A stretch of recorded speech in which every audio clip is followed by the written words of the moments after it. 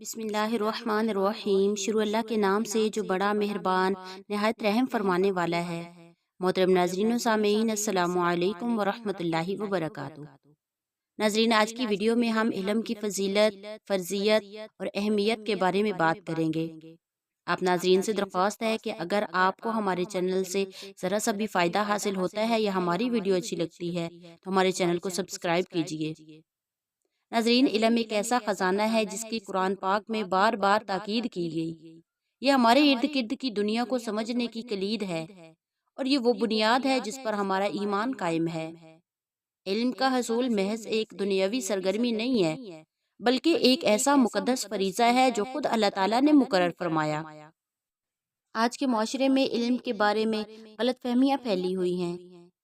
بہت سے لوگ علم کو حاصل کرنے کا ایک ذریعہ اچھی نوکری حاصل کرنے، بہت زیادہ پیسے کمانے اور آرام دہ زندگی گزارنے کے لیے سمجھتے ہیں۔ لیکن کیا واقعی علم کا مقصد یہی ہے؟ دوسروں کا خیال ہے کہ علم چند لوگوں کے لیے مخصوص ہے۔ یہ صرف ان لوگوں کے لیے ہے جو پیدائشی طور پر ذہین ہوتے ہیں یا سیکھنے کی فطرتی صلاحیت رکھتے ہیں۔ لیکن قرآن ہمیں اس کے برعکس بتاتا ہے۔ یہ ہمیں بتاتا ہے کہ علم سب کے لیے ہے، پس منظر نسل یا سماجی حیثیت سے قطع نظر ہے۔ تاہم قرآن ہمیں ایک واضح سمت، ایک واضح مقصد فراہم کرتا ہے۔ یہ ہمیں بتاتا ہے کہ علم صرف حقائق کو جمع کرنے کے بارے میں نہیں ہے، بلکہ حکمت کی ترقی کے بارے میں ہے۔ حکمت جو ہمیں صحیح اور غلط میں فرق کرنے کے قابل بناتی ہے، وہ حکمت جو ہمیں باخبر فیصلے کرنے کے قابل بناتی ہے، حکمت جو ہمیں زندگی گزارنے کے قابل بناتی ہے، ایسی حکمت جو ہمیں زندگی گزارنے کے قابل اور اللہ تعالیٰ کو راضی کرنے کے قابل بناتی ہے۔ قرآن کہتا ہے کہ کیا جاننے والے اور نہ جاننے والے برابر ہیں؟ یہ آیت ایک طاقتور یاد دہانی ہے کہ علم صرف معلومات کے بارے میں نہیں ہے، بلکہ تبدیلی کے بارے میں ہے۔ یہ خود کو بدلنے کے بارے میں ہے، بہتر انسان بننے کے بارے میں، اور اللہ رب العزت کے قریب ہونے کے بارے میں ہے۔ ایک اور آیت میں قرآن کہتا ہے، پڑھو اپنے رب کے نام سے جس نے پیدا کیا۔ یہ آیت عمل کی دعوت ہے، علم حاصل کرنے، حکمت کی تلاش اور خود کو ترقی دینے کی دعوت ہے۔ یہ ایک یاد دہانی ہے کہ علم زندگی بھر کا سفر ہے، جو پہلے قدم سے شروع ہوتا ہے، پہلی آیت سے، پہلے لفظ سے شروع ہوتا ہے۔ امام ابو حنیفہ کی کہانی علم کی تبدیلی کی طاقت کا ایک طاقتور ثبوت ہے۔ امام ابو حنیفہ ایک عالم دین تھے جنہوں نے اپنی زندگی حصول علم کے لیے وقف کر دی۔ انہوں نے کئی سال مطالعہ سیکھنے اور سکھانے میں گزار دیے، اور ان کی کوششوں کا نتیجہ یہ نکلا کہ وہ اپنے وقت کے سب سے بڑے علماء میں سے ایک بن گئے، اور ان کے کام کاج آج تک لاکھوں مسلمانوں کی حوصلہ افزائی اور رہنمائی کر رہے ہیں۔ امام ابو حنیفہ کی کہانی ہمیں سکھاتی ہے کہ علم صرف انفرادی کامیابی کے بارے میں نہیں ہے، بلکہ برادری، خاندان، معاشرے کے بارے میں ہے۔ یہ ہمیں سکھاتا ہے کہ علم میں نہ صرف خود کو بلکہ اپنے ارد گرد کے لوگوں کو تبدیل کرنے کی کوشش کرنا ہے۔ یہ ہمیں سکھاتے ہیں کہ علم صرف ایک ذاتی حصول نہیں ہے، بلکہ ایک اجتماعی ذمہ داری ہے۔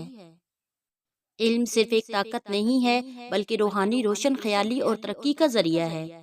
یہ ایک ایسا خزانہ ہے جو ہمیں دیا گیا، ایک ایسا خزانہ جس کی ہمیں پرورش اور ترقی کرنی چاہیے۔ آئیے قرآن کے الفاظ کو یاد رکھیں، آئیے یاد رکھیں کہ علم کا حصول محض ایک دنیاوی سرگرمی نہیں ہے، بلکہ ایک مقدس فریضہ ہے جو خود اللہ تعالیٰ نے ہم پر فرض کیا ہے۔ اللہ تبارک و تعالیٰ قرآن پاک میں ارشاد فرماتے ہیں، سورہ آل عمران، گواہی دی ہے اللہ تعالیٰ نے اس کی کہ سوائے اس ذات کے کوئی اور معبود برحق ہونے کے لائق نہیں، اور فرشتوں نے بھی گواہی دی اور اہل علم نے بھی۔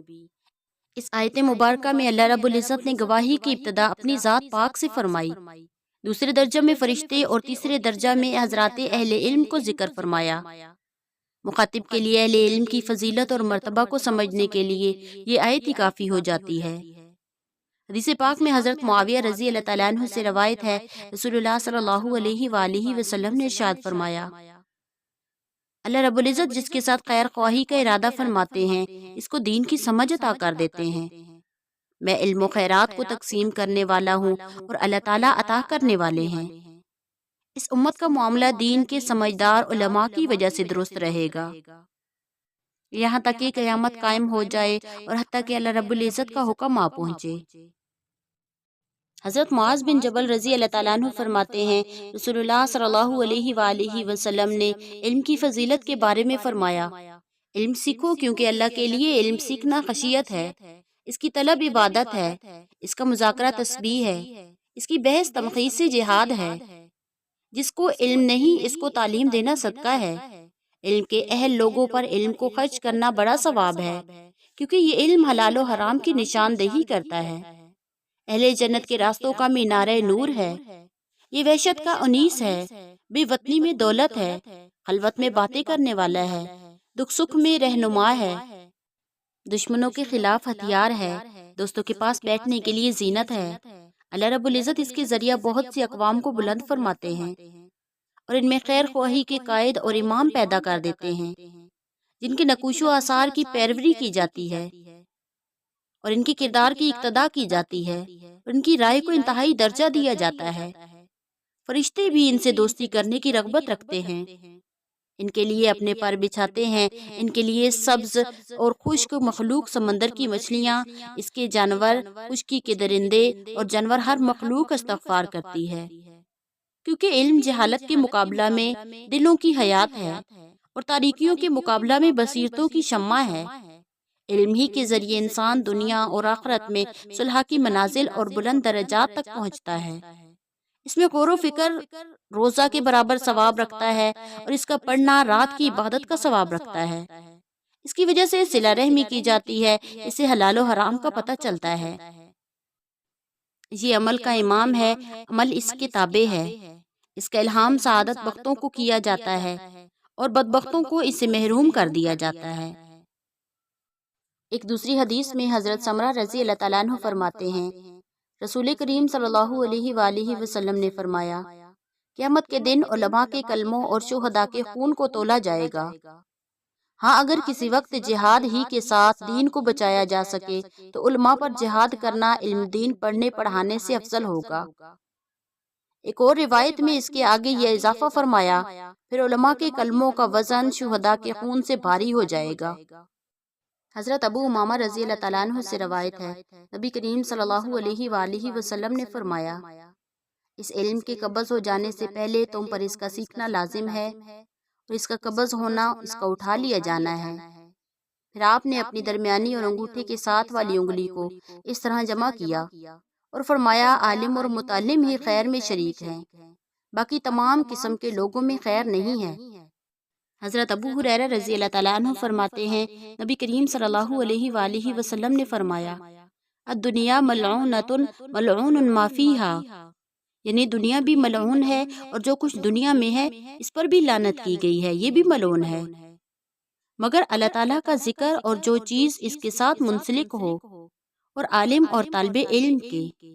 سبحان اللہ و بحمدہ، سبحان اللہ العظیم، واللہ اعلم۔